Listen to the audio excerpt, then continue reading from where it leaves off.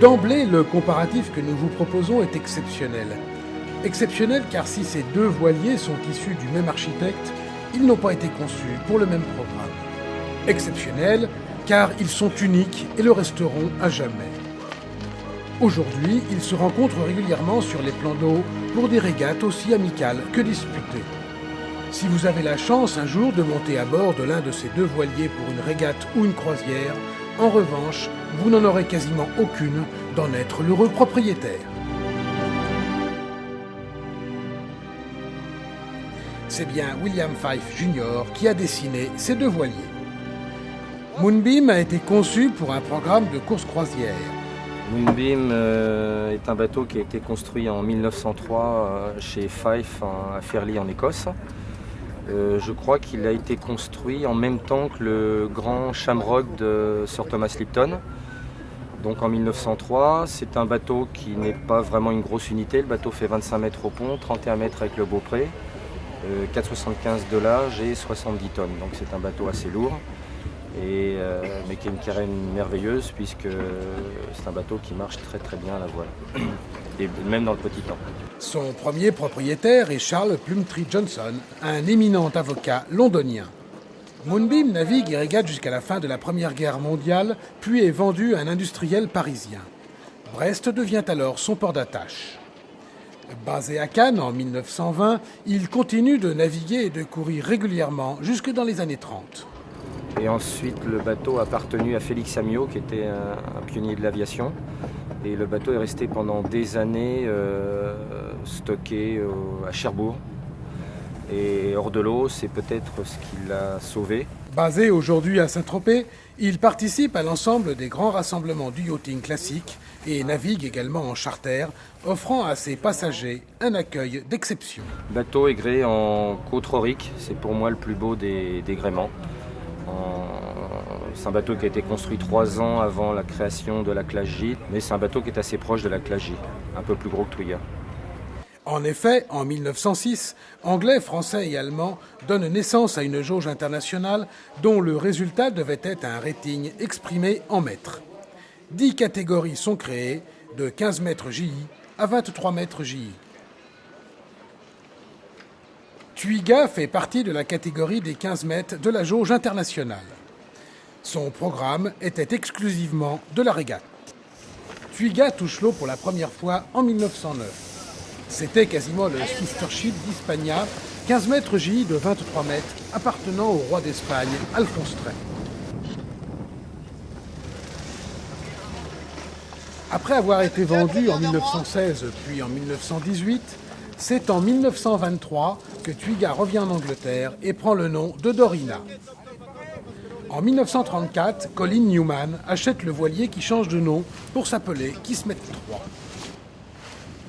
En 1970, le bateau prend le nom de Nevada et change son gréement de côte aurique pour celui de côte bermudien avant d'être acheté par un couple de Grecs qui projette de faire avec un tour du monde. Le voilier retrouve son nom d'origine, mais ne fera pas le tour du monde. Depuis, Twiga est devenu la propriété du Yacht Club de Monaco qui en a fait son vaisseau amiral. Le travail de restauration du voilier est exemplaire. Le mérite revient à Louis Aubrist qui a trouvé le bateau et qui l'a fait refaire chez Fairlie Restoration en 86 et qui lui était un puriste. Alors c'est un monsieur qui a d'autant plus de mérite, c'est qu'il ne faisait pas de voile. Son plaisir et sa joie était de remettre les bateaux tels qu'ils étaient originalement. Il en a fait plusieurs, Altaïr, Fulmar, Twiga et bien d'autres. Avant de faire la revue de détail des deux voiliers, il ne faut pas oublier que Moonbeam est un bateau de course croisière plus grand et plus lourd que Twiga, qui a été uniquement dessiné et conçu en fonction de la jauge internationale des 15 mètres JI. Twiga et Moonbeam sont des côtes auriques. Ils portent une grand voile à vergue surmontée d'une voile de flèche et sur l'avant, un foc, une trinquette et un foc volant ou flying jib. À choquer, phoque! Au vent arrière, un foc ballon complète la voilure. Allez, laisse-moi les gars!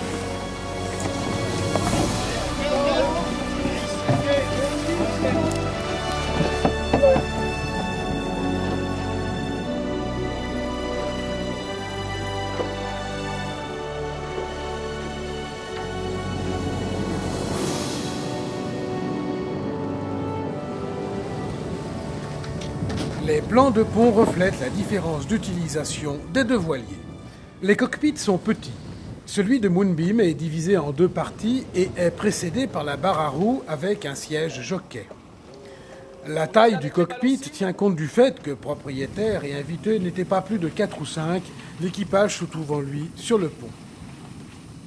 Celui de Twiga est simple et traversé en partie par l'imposante barre franche.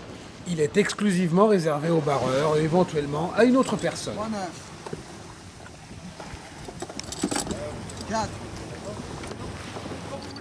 Une des spécificités qui frappe le plus en observant le pont des deux bateaux est la hauteur des hiloires ou des pavois. Si celui de Moonbeam fait entre 20 et 30 cm, il se résume à un simple cale-pied sur Twiga où dès que vous montez à bord, l'on vous prévient du danger de glisser directement par-dessus bord lorsque le bateau prend de la vitesse. Durant la course que nous avons faite à bord, un équipier est tombé à la mer et s'est raccroché in extremis à une bastaque qui traînait à fleur d'eau. Et il y avait un tout petit temps. En avant des cockpits viennent ensuite des claire-voies qui éclairent les cabines arrière, appelées ladies cabin. Puis, les descentes permettent de pénétrer à l'intérieur des bateaux. À l'intérieur, les deux côtes ont un plan d'aménagement très proche qui reflète les habitudes de navigation de l'époque.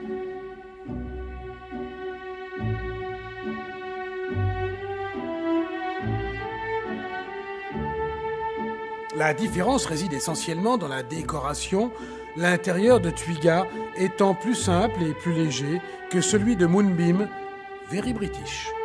I would like to show you Moonbeam. This is the saloon.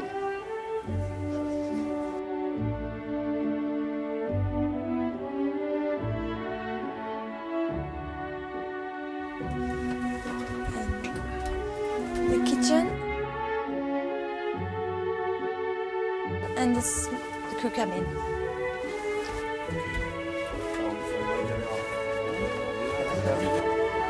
And here we have the owner's cabin.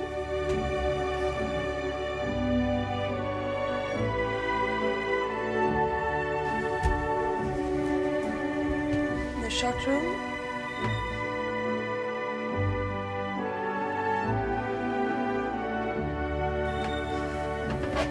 And the ladies' cabin.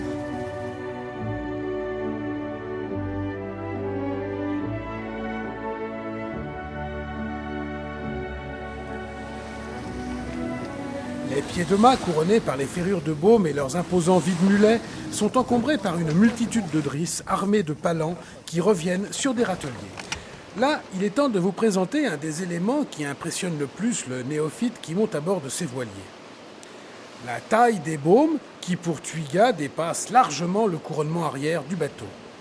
En manœuvre, ces gigantesques espars vous arrivent à la hauteur de jambes sur plus de la moitié de leur longueur et au niveau de la tête vers l'arrière. Inutile de vous dire que lorsque vous êtes à bord pour la première fois, vous avez tendance à plonger à plat pont lors des virements de bord ou des empannages. Juste en avant des mâts se situent les descentes qui mènent au poste d'équipage. Après l'étai de phoque, les avants se prolongent par les beauprés.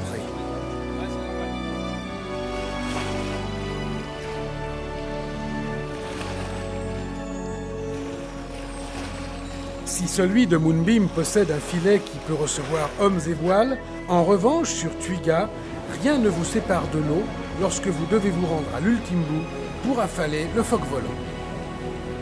Sensation extrême lorsque vous vous trouvez à 4 ou 5 mètres en avant des bateaux, surtout si ceux-ci commencent à plonger dans la vague.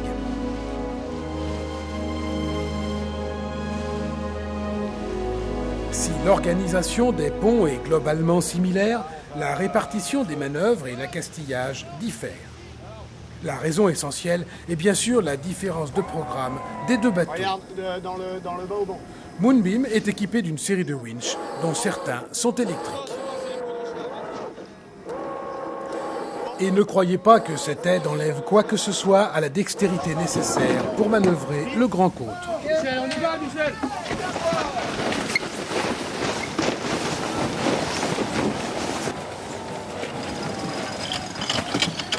C'est bon, c'est bon, c'est bon. On va la clé. Sur la drisse, fous-toi à l'eau, pas trop la choquer. Pas un treuil, pas un winch sur Twiga. Tout l'accastillage est strictement identique au plan de pont de 1909. Dépalant, encore dépalant, et toujours dépalant.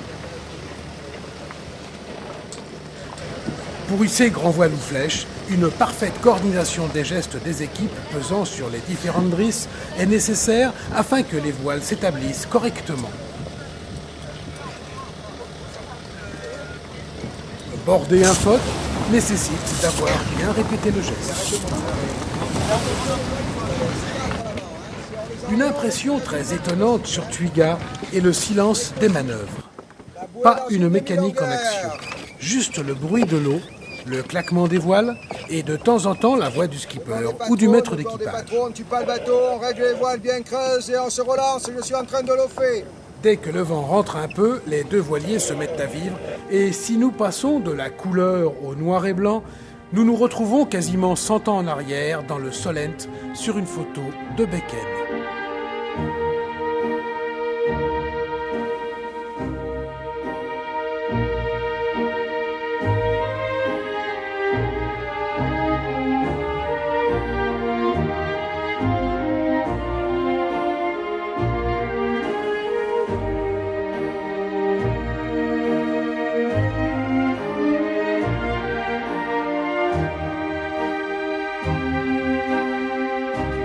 Si vous avez la chance de pouvoir naviguer sur Moonbeam ou sur Twiga, vous débarquerez avec l'impression d'avoir pris place dans des machines à remonter le temps et d'avoir vécu pendant quelques heures à la place de ces yachtmen du début du siècle qui, sur les photos noir et blanc, faisaient travailler notre imagination.